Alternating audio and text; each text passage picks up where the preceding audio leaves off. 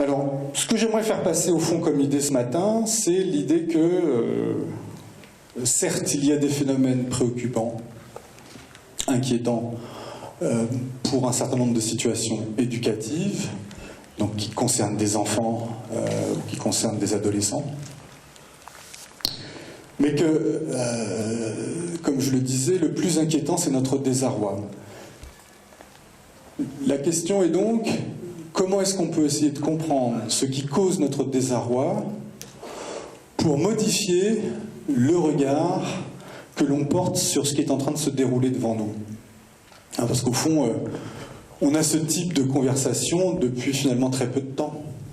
Quand on regarde les phénomènes, on va dire, de transformation sont à l'œuvre depuis une cinquantaine d'années, et il y a une accélération sur les 10 dernières années, sur une série de phénomènes, des choses qu'on ne voyait pas et qu'on voit de plus en plus fréquemment. Alors, on en discutait encore avec un élu il y a quelques minutes, un enfant de... j'avais ça aussi à la consultation la semaine dernière, un enfant de moins de 5 ans qui va taper la maîtresse, ou qui va taper sa grand-mère en l'occurrence, ou qui va frapper le directeur de l'école, par exemple.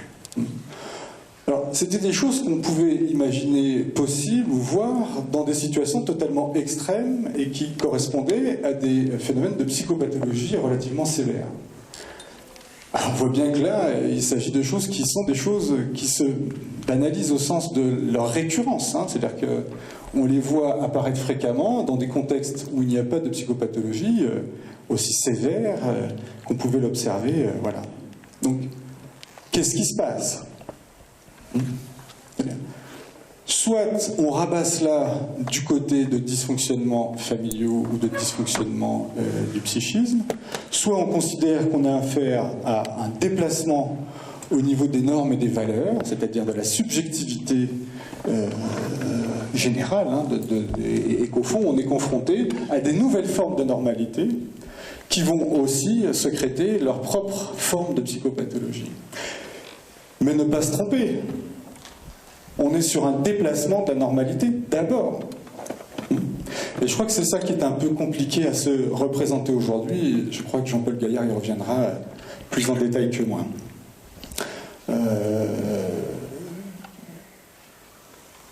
La tentation, ça serait quoi ? Le désarroi dont je parle. Ce désarroi, il me semble qu'il est fondé sur le fait que finalement, ces phénomènes nous inquiétant, un certain nombre de phénomènes nous inquiétants, on a une tentation finalement de ne pas regarder cette réalité en face et de se dire, bon, c'est un petit accident passager de l'histoire, on va revenir en arrière et en revenant en arrière, tout ça va s'arranger. Comme si on était dans un micro-phénomène. Finalement, un passage social particulier. Et voilà. Et je crois que non, on est dans une mutation qui s'est, alors pour certains, ancrée il y a 2000 ans, accélérée il y a 400 ans et suraccélérée au siècle dernier. Et là, on a une sorte sur le passage de ces 10 dernières années, une mutation liée aux transformations technologiques très très importantes. Donc on est sur une lame de fond qui concerne l'intériorité, c'est ce que je vais essayer d'essayer de faire sentir aujourd'hui, parce que je crois que lorsqu'on est en phase avec cette réalité-là, on se dit bon ok, on n'est plus tout à fait dans le même monde intérieur.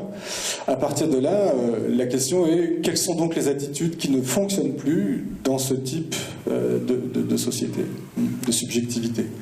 Et qu'une fois qu'on a identifié cela, eh bien on se met non pas encore à trouver des solutions comme ça toutes prêtes, mais on se met en ordre de marche, si je puis dire, pour participer, prendre une place, retrouver des fonctions, retrouver des rôles éducatifs, parentaux, thérapeutiques, à nouveau. Alors que tant qu'on n'a pas pris la mesure de cela, eh bien on est à contre-courant, on résiste à quelque chose, et finalement, je crois que un certain nombre de comportements extrêmes auxquels on assiste aujourd'hui, que ce soit les suicides des enfants, d'adolescents, des comportements de violence incompréhensibles, des crises classiques, donc voilà, un passage à l'acte un peu, on casse tout, on attaque l'autre, etc., etc.,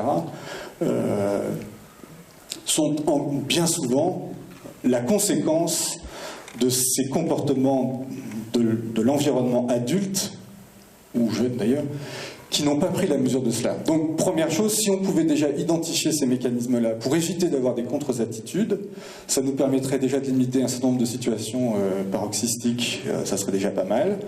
Et puis, on pourrait commencer à ce moment-là, plus sereinement, plus tranquillement, à réfléchir à comment on fait maintenant pour avancer dans ce problème éducatif.